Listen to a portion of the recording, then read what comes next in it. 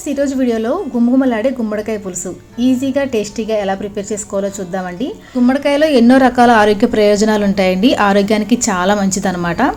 గుమ్మడికాయ కూరని ఒక్కొక్క ఏరియాలో ఒక్కో రకంగా ప్రిపేర్ చేస్తూ ఉంటారు.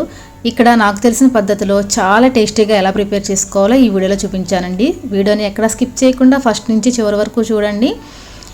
నేను చెప్పిన పద్ధతిలో మీరు రెసిపీ ప్రిపేర్ చేసుకుంటే ఇంట్లో అందరూ ఫిదా అయిపోవాల్సిందే. ఓకే అండి, మరి ప్రాసెస్ ఏంటో లేట్ చేయకుండా స్టార్ట్ చేసేద్దామా.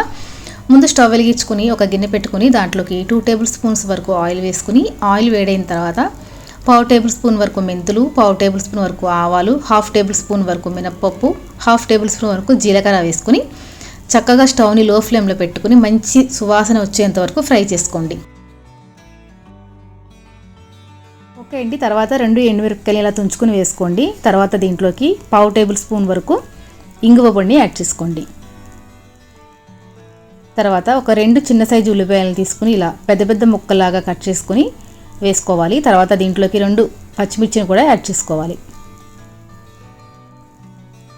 నెక్స్ట్ ఇప్పుడు దీంట్లోకి కరివేపాకును కూడా యాడ్ చేసుకోండి. కరివేపాకు యాడ్ చేసిన తర్వాత ఒక 2 నుంచి 3 నిమిషాల పాటు స్టవ్ని లో ఫ్లేమ్లో పెట్టుకుని ఫ్రై చేసుకోండి. నెక్స్ట్ ఇప్పుడు దీంట్లోకి క్యూబ్స్లా కట్ చేసుకుని గుమ్మడికాయ ముక్కల్ని యాడ్ చేసుకోవాలి. గుమ్మడికాయ ముక్కలు పెద్దగా కట్ చేసుకుంటేనే కర్రీ అనేది బాగుంటుందండి. చూసారు కదా, ఇలా కట్ చేసుకుని యాడ్ చేసుకోవాలి. తర్వాత ఒకసారి బాగా కలుపుకోవాలి. నెక్స్ట్ ఇప్పుడు దీంట్లోకి 1/2 టేబుల్ స్పూన్ వరకు పసుపు, 1 టేబుల్ స్పూన్ వరకు కారం యాడ్ చేసుకోండి. తర్వాత కళ్ళుప్పుని రుచికి సరిపడగా యాడ్ చేసుకోండి. గుమ్మడికాయ కర్రీలోకి రాళ్ళ ఉప్పు వేసుకుంటేనే మనకి పులుసు అనేది చాలా టేస్టీగా ఉంటుందన్నమాట.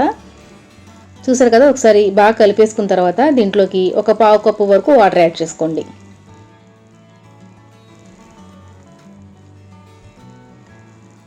వాటర్ యాడ్ చేసిన తర్వాత ఒక 5 నుంచి 10 నిమిషాల పాటు కుక్ చేసుకోవాలండి. మనకి ముక్క మెత్తబడేంత వరకు కుక్ చేసుకోవాలి.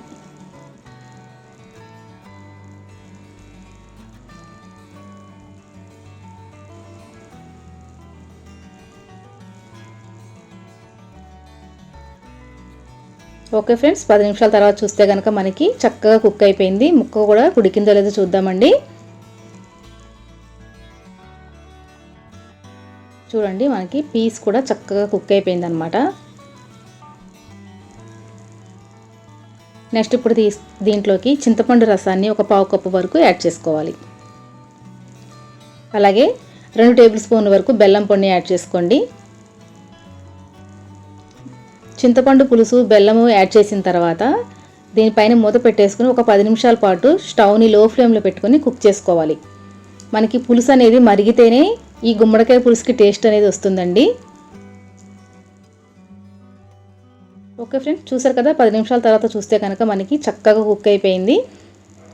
పులుసు ఇలా చిక్కగా ఉంటేనే మనకి గుమ్మడికాయ పులుసు అనేది చాలా టేస్టీగా ఉంటుందండి. ఈ పులుసులోకి కాంబినేషన్గా మీరు ముద్దపప్పును చేసుకుంటే కనుక చాలా బాగుంటుంది అన్నమాట. ఒక్కసారి ఇలా ట్రై చేసి చూడండి, చాలా టేస్టీగా ఉంటుంది. చివరిగా కూర ఆపేసే ముందు ఇలాగ సన్నగా కట్ చేసుకున్న కొత్తిమీరనే యాడ్ చేసుకోండి.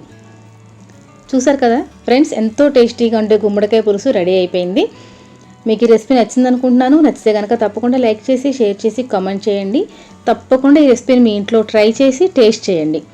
ఓకే ఫ్రెండ్స్, మరిన్ని ఇంట్రెస్టింగ్ రెసిపీస్ కోసం మన ఛానల్ని తప్పకుండా సబ్స్క్రైబ్ చేసుకోండి. Thank you friends, thank you for watching. మరొక ఇంట్రెస్టింగ్ వీడియోతోటి మళ్ళీ కలుసుకుందాము. అంతవరకు సెలవు. నమస్తే, టేక్ కేర్, బాయ్.